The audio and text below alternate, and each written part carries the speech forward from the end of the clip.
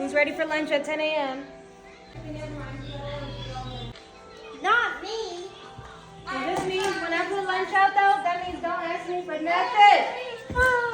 You can eat it now, you can eat it before bedtime. I don't care, but this is all we're having to eat. Yep, you sure can. Who needs ketchup? Raise your hand. Harper, you need some alcohol on your knees. You need ketchup? Okay. Or barbecue sauce.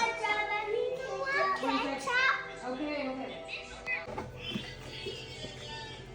All right, pour it yourself. This is all we have today. I think somebody's here.